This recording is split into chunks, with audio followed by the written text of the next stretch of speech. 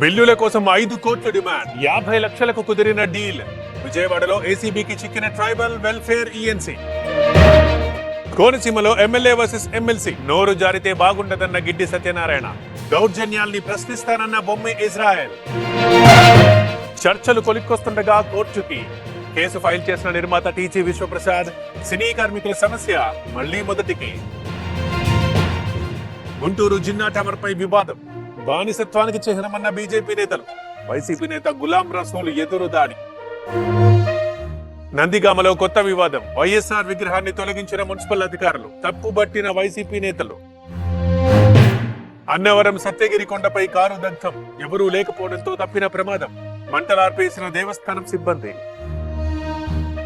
రైలు బోగిలో చెలరేగిన మంటలు, పార్కింగ్ చేసిన సమయంలో ప్రమాదం.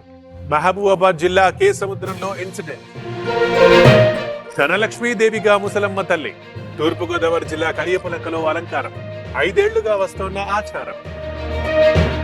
ములుగు జిల్లా మల్లంపల్లిలో కుంగిన బ్రిడ్జ్, త్రుటిలో తప్పిన ప్రమాదం, వాహనాల దారి మళ్లింపు. ఏలూరు ఏజెన్సీ మండలాల్లో వర్ష బీభత్సం, పొంగి పొర్లుతోన్న వాగులు వంకలు. రెడ్డి గణపవరం దగ్గర కాజ్వేపై పోటెత్తిన వరద.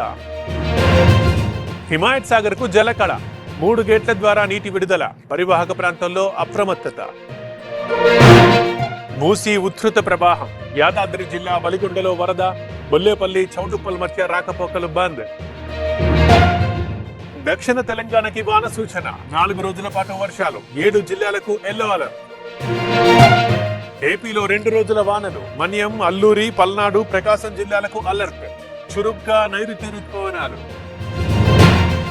వారణాసిలో వరద ఉధృతి, బోటు సేవల నిలుపుదల, గంగా పరివాహక ప్రాంతాల్లో అప్రమత్తత.